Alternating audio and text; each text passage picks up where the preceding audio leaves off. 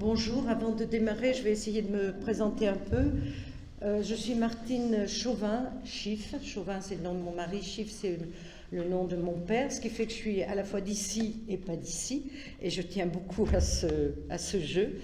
Je suis actuellement conseillère presbytérale au Chambon-sur-Lignon. Je suis aussi en charge de la diaconie au Chambon, le diaconat. J'interviens aussi auprès de la FEP au niveau régional et national. Et enfin, quelque chose qui m'occupe beaucoup, c'est de présider l'association Entraide Pierre Valdo que vous connaissez, puisqu'ici vous avez un UDA qui a... C'est un CADA, pardon. Un CADA qui... c'est mieux, hein, le CADA, je vous dis tout de suite. Un CADA qui héberge donc des étrangers qui sont demandeurs d'asile. Donc voilà, je voulais un peu me présenter. Ça fait des années que je travaille comme ça un peu, mais je n'étais pas encore complètement engagée dans un groupe de prédicateurs. Je fais des prédications de temps en temps. Donc voilà, je m'y suis mise et je suis très contente de venir vous voir aujourd'hui à Saint-Agrève.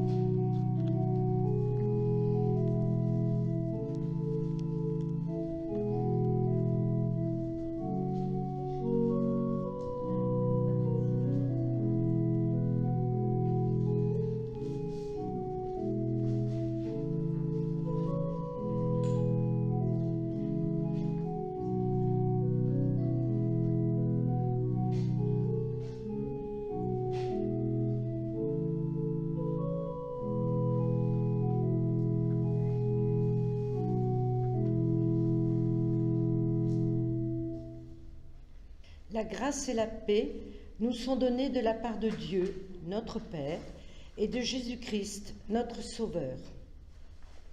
Arrête ta course et laisse venir le silence. Arrête la course, ferme la radio, éloigne-toi des bavardages, isole-toi dans le calme, assieds-toi et laisse venir le silence pour Dieu. C'est comme si pour lui tu taillais un morceau dans ton temps. Et quand on aime, on a le temps. S'asseoir en silence, pour une fois, bâillonne tes soucis et tes envies d'en parler. Assieds-toi pour regarder Dieu. Et quand on aime, on regarde. S'asseoir avec Dieu, prendre du repos avec lui, goûter à sa présence, car celui qui aime s'assied près de son ami. Oui, arrête-toi, assieds-toi, repose-toi en présence de ton Dieu. Les mains ouvertes devant toi. Oui.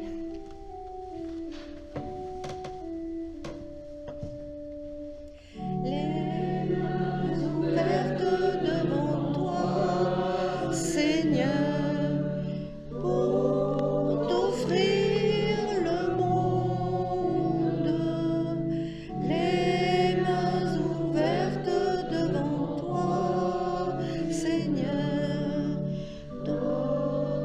Joie.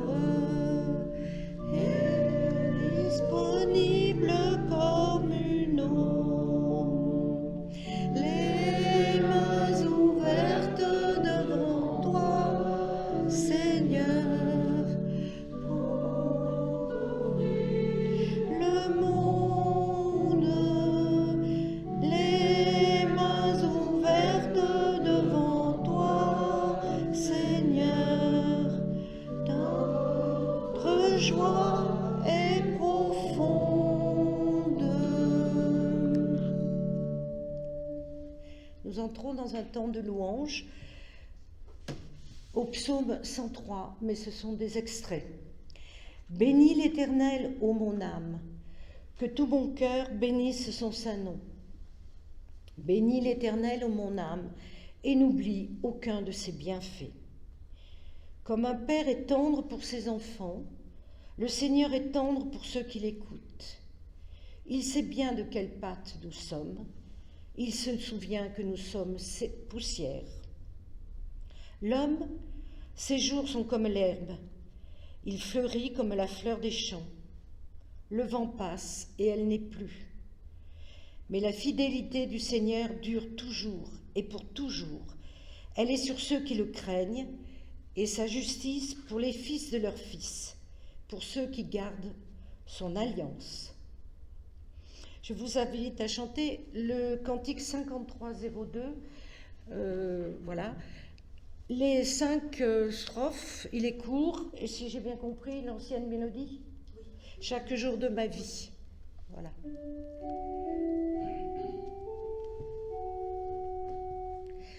Chaque jour de ma vie, je veux dire au Seigneur, apprends-moi, je te prie, à te donner mon cœur.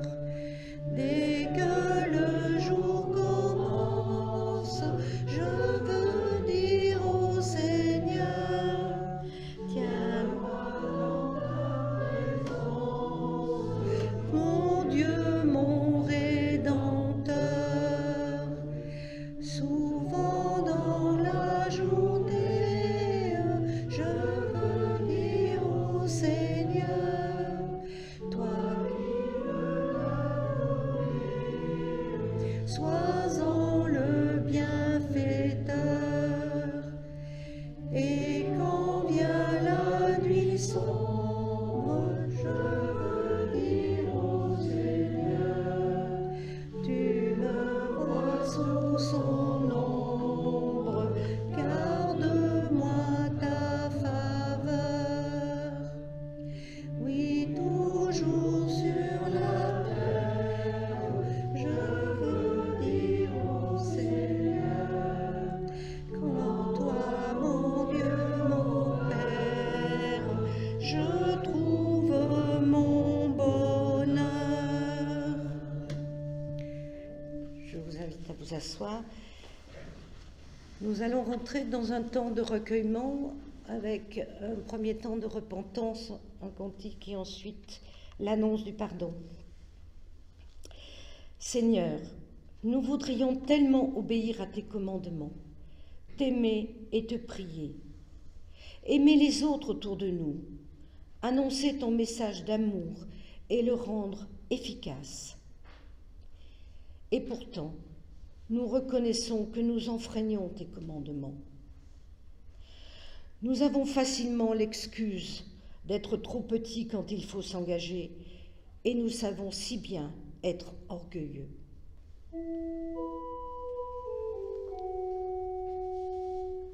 Seigneur, rassemble-nous dans la paix de ton amour.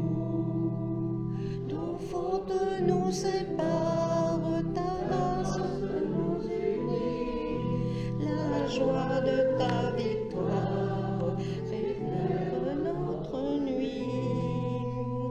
Seigneur, rassemble-nous dans la joie de ton amour.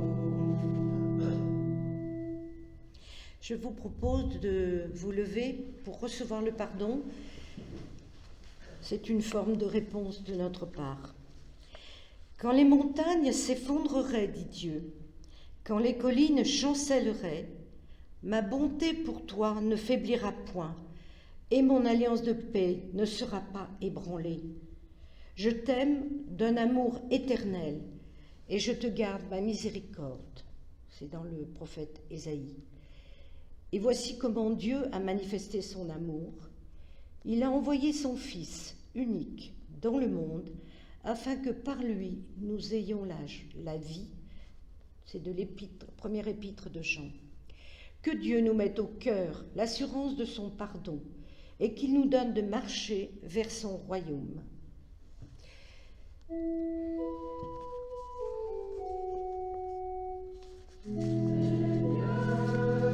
Rassemble-nous dans la paix de ton amour.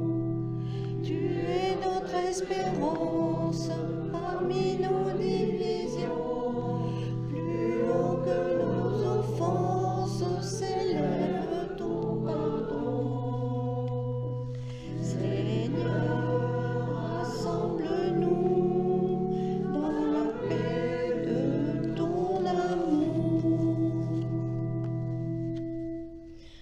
Recevons la loi de Dieu. Le Seigneur notre Dieu est le seul Seigneur. Tu aimeras le Seigneur ton Dieu de tout ton cœur, de toute ton âme, de toute ta pensée et de toute ta force. C'est là le premier et le grand commandement. Et voici le second qui lui est semblable. Tu aimeras ton prochain comme toi-même. Aucun autre commandement n'est plus grand que ces deux-là.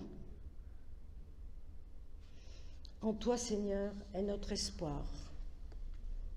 Ah. Donne-nous, Seigneur, d'être à l'écoute de ce que tu veux nous dire ce matin.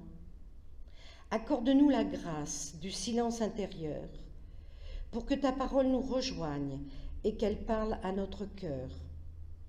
Que par ton esprit, le passage de l'Écriture que nous allons écouter devienne bonne nouvelle pour nos vies.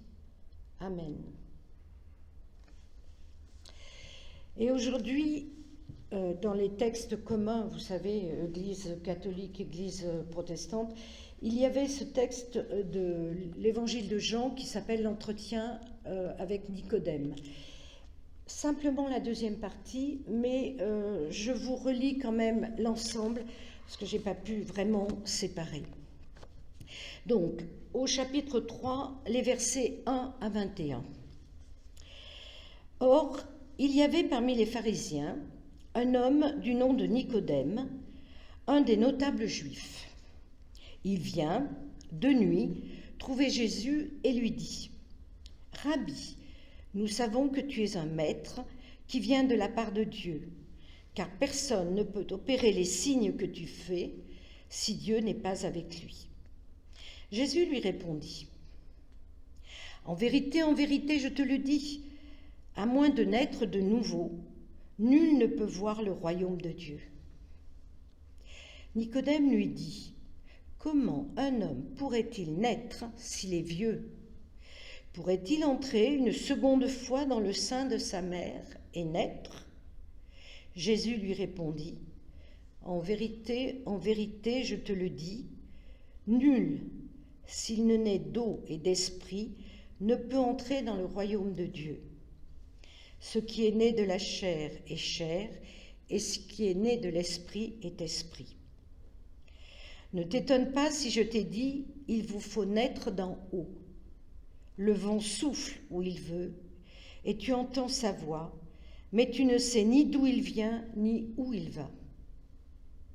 Ainsi en est-il de quiconque est né de l'esprit. » Nicodème lui dit : « Comment cela peut-il se faire ? » Jésus lui répondit : « Tu es maître en Israël et tu n'as pas la connaissance de ces choses ? En vérité, je te le dis, nous parlons de ce que nous savons, nous témoignons de ce que nous avons vu, et pourtant, vous ne recevez pas notre témoignage. Si vous ne croyez pas lorsque je vous dis les choses de la terre, comment croiriez-vous si je vous disais les choses du ciel ? Car nul n'est monté au ciel, sinon celui qui est descendu du ciel, le Fils de l'homme. Et comme Moïse a élevé le serpent d'airain dans le désert, il faut que le Fils de l'homme soit élevé, afin que quiconque croit ait en lui la vie éternelle. Dieu, en effet, a tant aimé le monde, qu'il a donné son Fils, son unique, pour que tout homme qui croit en lui ne périsse pas, mais qu'il ait la vie éternelle. Car Dieu n'a pas envoyé son Fils dans le monde pour juger le monde, mais pour que le monde soit sauvé par lui. Qui croit en lui n'est pas jugé, qui ne croit pas est déjà jugé, parce qu'il n'a pas cru au nom du Fils unique de Dieu. Et le jugement le voici. La lumière est venue dans le monde, et les hommes ont préféré l'obscurité à la lumière, parce que leurs œuvres étaient mauvaises. En effet, quiconque fait le mal est la lumière et ne vient pas à la lumière, de crainte que ses œuvres ne soient démasquées. Celui qui fait la vérité vient à la lumière pour que ses œuvres soient manifestées, elles qui ont été accomplies en Dieu. Alors peut-être que nous allons chanter au 3604, voilà, c'est cela. Dieu fait de nous en Jésus-Christ.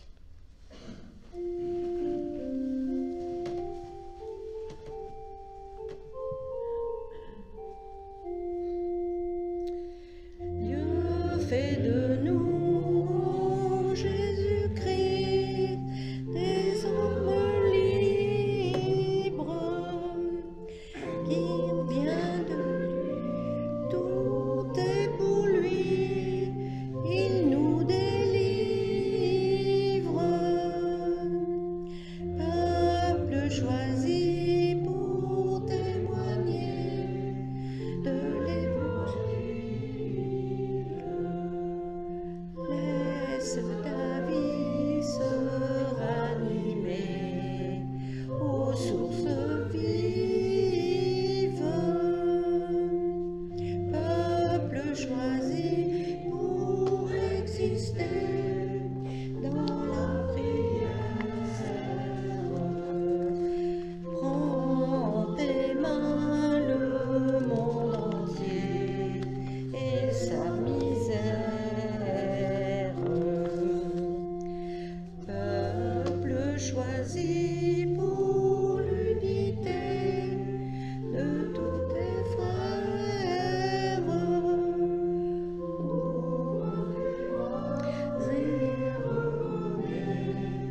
Les dons du Père.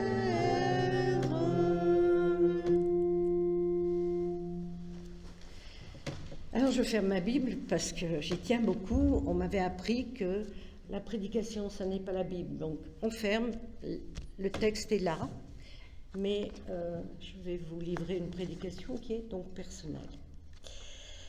Nous avons lu une version donc un peu large de la lecture proposée aujourd'hui, tout le passage de l'entretien de Nicodème, donc un pharisien, avec Jésus. Et juste avant ce passage, nous avions reçu les signes que Jésus a manifestés. C'est important parce qu'on parle des signes. Premier signe aux noces de Cana, l'eau changée en vin. Dans le temple avec les marchands, la corde pour chasser les marchands de ma maison de prière et la reconstruction que Jésus annonce du temple en 3 jours. Et certains ont peut-être compris, d'autres pas. Ce texte que nous avons lu est très élaboré. Et moi, je le vis comme une présentation progressive pour nous amener à entrer, à entendre, voire à comprendre le message que Jésus délivre. Dès maintenant, il nous faut porter attention au glissement de l'ombre, au début, à la lumière. Le texte est encadré, la nuit, avec Nicodème au début, la lumière en Dieu, dans les derniers mots. Mise en place en quelque sorte de la scène. Un personnage, Nicodème, se présente à Jésus et nous pouvons imaginer qu'il vient, comme les autres, chercher des explications, qu'il est intéressé par un échange théologique, c'est un savant, qu'il espère ou qu'il attend un miracle. C'est une situation que nous connaissons pour l'avoir lue ailleurs. Mais Nicodème vient de nuit. Et pourquoi donc de nuit? Aucune explication ne nous est fournie. À nous d'imaginer là où les raisons. Et je peux vous dire qu'on nous en fournit dans les commentaires. Cette indication, cette nuit, introduit une ambiance un peu bizarre, inhabituelle, mais je ne veux pas la qualifier. Elle n'est pas importante, me semble-t-il, aujourd'hui, pour moi. Elle s'expliquera nettement quand le texte sur la fin reviendra sur l'obscurité, quand Jésus parlera de la lumière, en fin de notre passage. À noter tout de suite quand même que Jésus, lui, est disponible même la nuit. Donc voilà un décor un peu planté. Le premier acteur à entrer en scène, c'est Nicodème. Il appartient à la catégorie des pharisiens, vous savez, ces religieux souvent savants, très à cheval sur l'application rigoureuse de la loi. Les pharisiens, ce sont les contradicteurs de Jésus, ses ennemis jurés, comme on dit, ceux qui chercheront à le faire disparaître, c'est un gêneur, et pour parler plus clairement, à le faire mourir. Pourtant, quel drôle de personnage que ce Nicodème. Nous l'avons vu, il est pharisien, il vient de nuit, rien ne le destinait à venir. C'est un notable, respecté, reconnu. Il se montre plein de respect pour Jésus, qu'il traite de rabbi. Il vient pourtant, il n'a pas de questions à poser, pas d'explications, pas de miracle à attendre. Il émet une espèce d'avis général. Nous savons. Il ne parle pas vraiment pour lui, il parle pour d'autres, parmi d'autres, une forme d'anonymat. Probablement, en bon savant, a-t-il su voir et peut-être même interpréter les fameux signes dont nous parlions précédemment. Et il ose penser que Dieu est avec Jésus. Même s'il exprime cela d'une manière impersonnelle, globale, parfois même négative, puisqu'il dit « Si Dieu n'est pas avec lui, avec toi, en somme », au verset 2. C'est une façon d'atténuer l'affirmation ou la reconnaissance. Nicodème n'est pas dans le domaine de la foi. Toujours aussi déroutant, Nicodème continue à se conduire de manière étrange, par ces interrogations, qui ne sont pas des vraies questions, retournées dans le ventre de sa mère. Même vieux, sous-entendu comme moi. Que veulent dire tes paroles d'eau et d'esprit ? Ces interrogations, c'est presque naïf. En tout cas, ce n'est pas à la hauteur de son intelligence. Et puis, il va disparaître de notre texte, juste au moment où Jésus semble ne s'adresser qu'à lui. Je te le dis, au verset 11, il y en a d'autres. Et en aparté, je vous rappelle que nous le reverrons une autre fois, et puis surtout au moment de la mise au tombeau. C'est lui qui apporte des aromates, et c'est une présence toujours étrange, que l'on ne sait pas qualifier. Il n'est pas dans le domaine de la foi. L'autre acteur, c'est Jésus. Encore un drôle de personnage. Et j'espère ne pas vous choquer en traitant ainsi Jésus. Un Jésus qui parle, mais qu'on ne comprend pas. Un Jésus qui construit un discours pour un public particulier, silencieux, Nicodème, des pharisiens absents, un public dans le doute, dans l'incompréhension au mieux, mais aussi pour des lecteurs hors du temps et de l'espace de cette scène. Et les premiers auxquels nous pensons, c'est nous. Examinons l'attitude de Jésus. Lui, il est là en pleine nuit, prêt à entreprendre une discussion hautement théologique avec un maître en Israël. On est au début du ministère. Situation farfelue, semble-t-il. En tout cas, Jésus donne des indications pour souligner l'importance de ce qu'il dit. Croiriez-vous ? Et là, nous avons un temps très fort pour montrer que non, vous ne croiriez pas. Si je vous parlais des choses du ciel, au verset 12, il va manifester sa propre qualité de fils, celui qui est descendu du ciel, au verset 13. Jésus précise bien, il sait ce qu'il dit, au verset 11, nous parlons de ce que nous savons, nous témoignons de ce que nous avons vu, et le message va être énoncé, et je dirais même expliqué. Pourtant, la deuxième partie paraît toujours plus difficile. Alors la scène peut maintenant se dérouler. Telle qu'elle, elle est pour nous, et plus seulement ni pour Nicodème, ni pour seulement un homme ou un public. Jésus s'adresse à tous. Il s'adresse aux lecteurs à travers les âges, lecteurs en difficulté de compréhension. Et c'est un évangile qu'il annonce, et c'est ça l'important. Tout d'abord, en une démarche cohérente, faut-il dire en bon pédagogue, en maître qui connaît son sujet, Jésus inscrit ses paroles dans une dimension historique et traditionnelle. Et on aurait imaginé que c'était Nicodème qui aurait eu cette attitude-là. Donc, il fait un retour aux faits anciens, aux textes sacrés de la Torah, au temps de Moïse, avant l'entrée en Canaan, notre histoire ancienne. Des textes, des images que tout juif ne peut que connaître. Le serpent d'airain a protégé les Hébreux dans le désert et les a sauvés de la mort. Premier indice. C'est rappeler, en parlant du serpent d'airain, la présence de Dieu, son attention, son dessein de salut pour les hommes. Cela a concerné les Hébreux et maintenant ce sont des événements centraux dans la vie de ce temps-là, dans la pratique de ces pharisiens, dans notre vie. Le serpent d'airain appartient au passé, mais il est signe de futur. Jésus sera élevé, verset 14, sur une croix. Continuant son discours révélateur, Jésus énonce alors ce passage essentiel que nos églises ont repris et reprennent encore pour manifester l'origine de Jésus, peut-être sa mission, pour affirmer leur foi, notre foi d'aujourd'hui.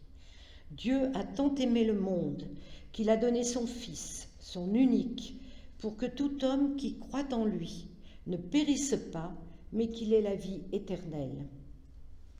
C'est une phrase facile à lire, facile à comprendre. Rien d'obscur et d'extraordinaire dans l'expression. Par contre, c'est une véritable révolution dans son sens. Dieu a l'initiative. Dieu aime.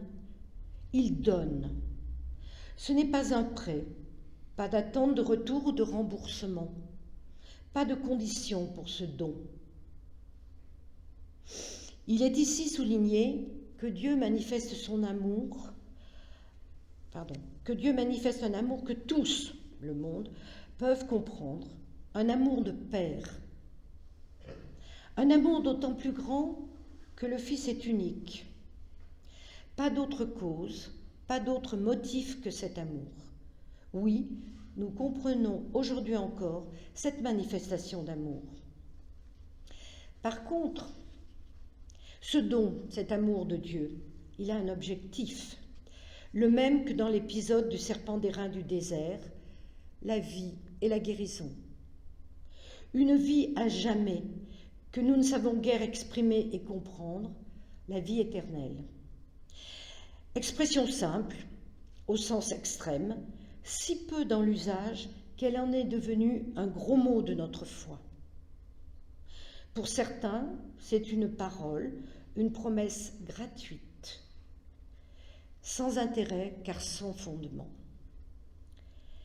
Cela pourrait rester des mots, mais Jésus poursuit son explication. À sa façon, en escalier, progressivement, comme il le fait dans les récits de l'évangile de Jean. Toujours, il reprend pour approfondir, etc. Une marche après l'autre, comme s'il disait « comprenez d'abord avant de passer à plus de précision ». Il cherche à expliquer ce que cela veut dire par étapes. Comme les Hébreux malades dans le désert regardaient vers le serpent d'airain, nous regardons ainsi à Jésus. Nous croyons en lui pour être sauvés. Les dernières paroles de notre texte sont catégoriques, à l'aide d'un raisonnement entier, simpliste. Lumière ou obscurité. Il n'y a pas de choix, c'est évident. Mais je pense que la traduction du mot « jugement » nous induit en erreur. Notons plutôt ce mouvement que propose Jésus. La lumière est venue, et nous avons fêté Noël, mais c'est à l'homme d'aller vers elle, de l'accepter, de la reconnaître pour entrer dans ce que nous appelons par ailleurs la grâce.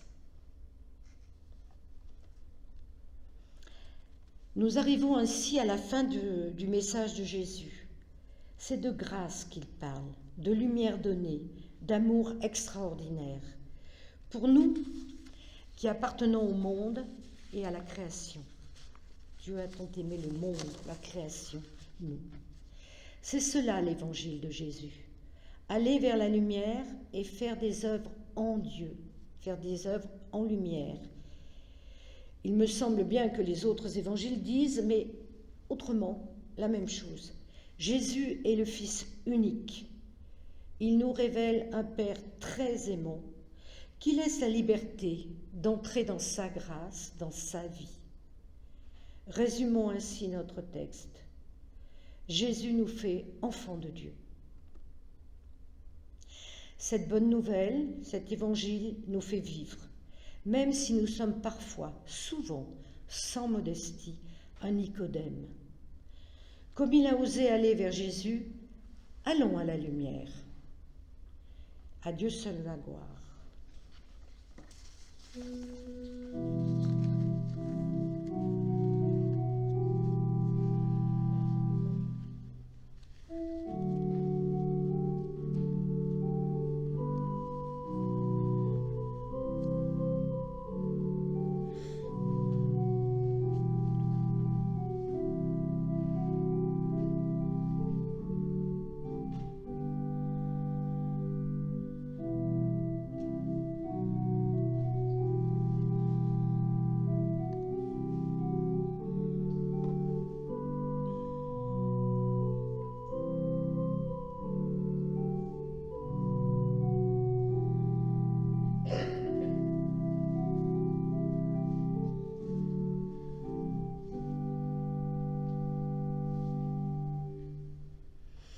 Je vais vous inviter à vous lever pour témoigner à haute voix de notre foi.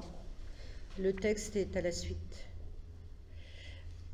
J'ai pris le credo, le symbole des apôtres, parce que c'est un vieux texte, et comme dans notre texte, rentrons dans certains vieux textes, il nous parle encore.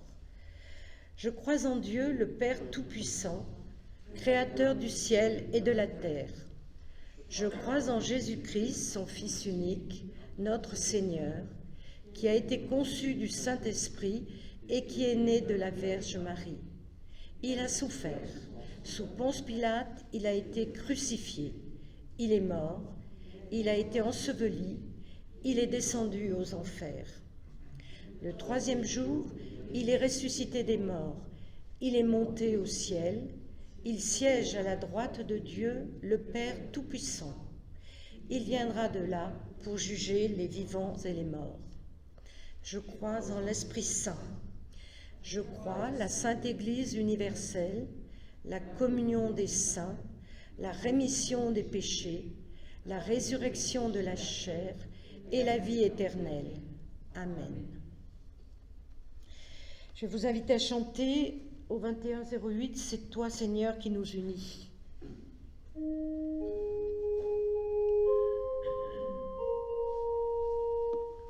C'est toi, Seigneur, qui nous unis pour chanter ton amour et ta parole, ô Jésus, nous rassemblons ce jour, réunis par une même foi, nous allons de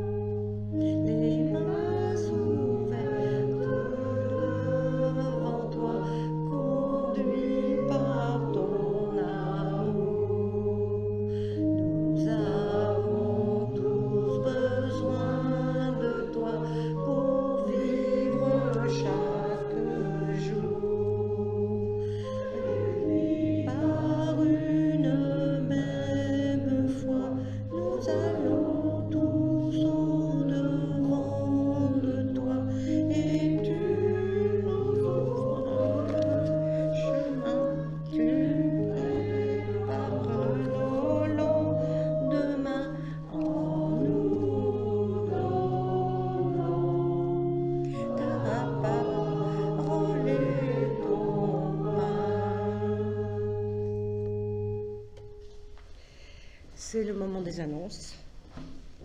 Merci. Merci à la prédicatrice Martine Chauvin pour la célébration de ce culte. Le pasteur reversa est à Tence. Vous trouverez à l'entrée du temple la feuille de méditation œcuménique. Ce soir, le culte sera sur Internet en audio et à 18h par téléphone. Vendredi dernier, l'évangile de la résurrection a été proclamé pour le décès de M. Lucien Moula. Jeudi prochain, 14h30, réunion de quartier au Temple de Mars. Samedi, de 9h à 12h, aura lieu une réunion consistoriale des prédicateurs et conseillers au Temple du Mazet, au sujet des cultes de consolation.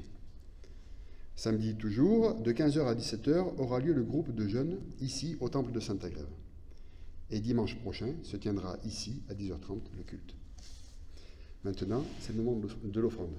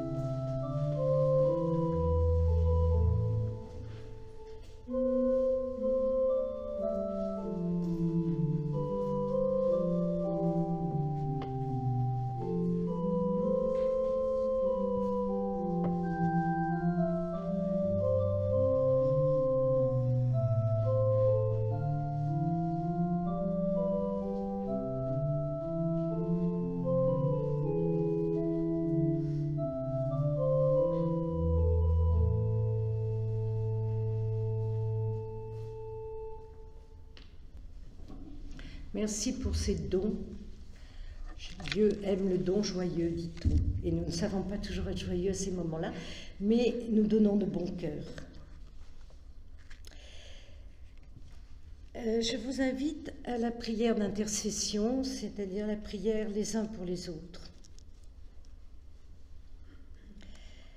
Père, nous te remercions d'avoir envoyé ton Fils unique comme sauveur sur nos routes humaines, où tant d'hommes, de femmes et d'enfants sont atteints dans leur dignité et dans leur vie. Quand bien même les mots nous manquent pour prier, écoute-nous. Devant toi, nous nous tenons, avec tout ce qui fait notre vie, la vie de chaque être humain, nos petits bonheurs et les liens de tendresse, les questions et les doutes qui nous tenaillent, et ce désir, plus que tout, que notre vie trouve sens. Que ta parole nous communique l'espérance. Devant toi, nous nous tenons avec les autres, celles et ceux qui nous sont chers, et les autres que nous ne savons pas aimer ou que nous avons blessés. Celles et ceux qui sont au fond d'un gouffre, qui n'en peuvent plus d'appeler et d'attendre, dans les prisons, les hôpitaux, les maisons de retraite et tant d'autres lieux.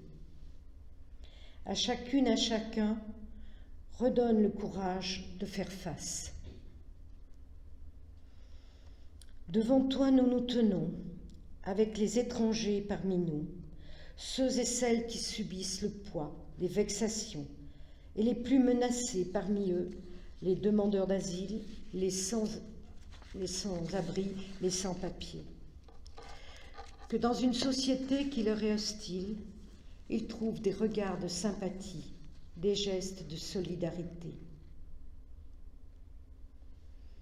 Devant toi, nous pensons à tant de lieux de fracture autour de nous et dans le monde, à celles et ceux qui y sont acteurs, et surtout les acteurs de réconciliation. Là même où nous ne voyons plus que le chemin, plus de chemin, que ta parole ouvre le passage.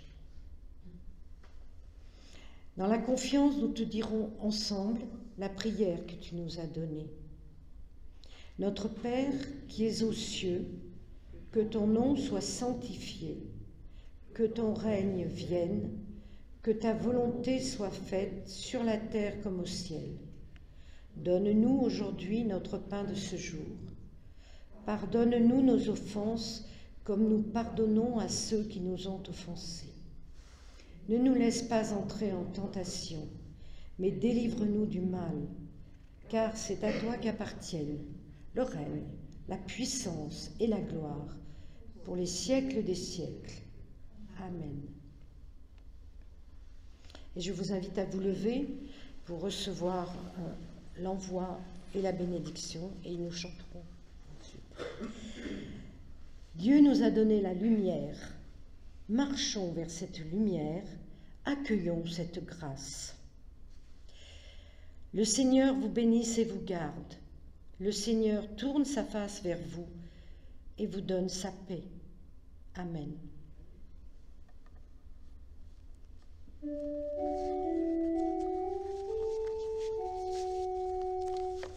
Demeure par ta grâce avec nous, Dieu Sauveur.